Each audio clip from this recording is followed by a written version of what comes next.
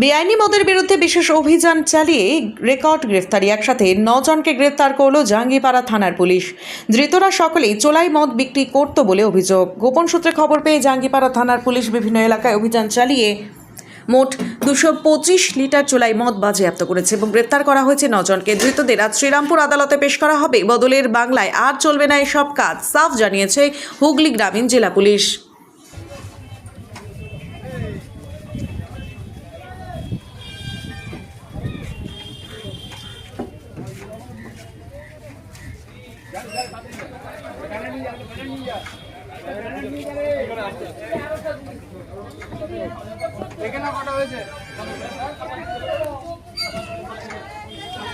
আচ্ছা পিছনে বসুন, পিছনে বসুন।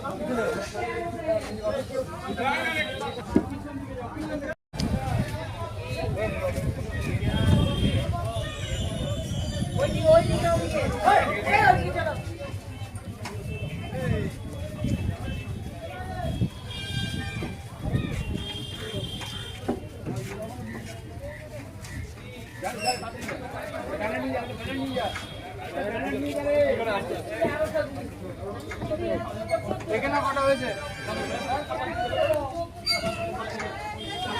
আচ্ছা পিছনে বসুন, পিছনে বসুন।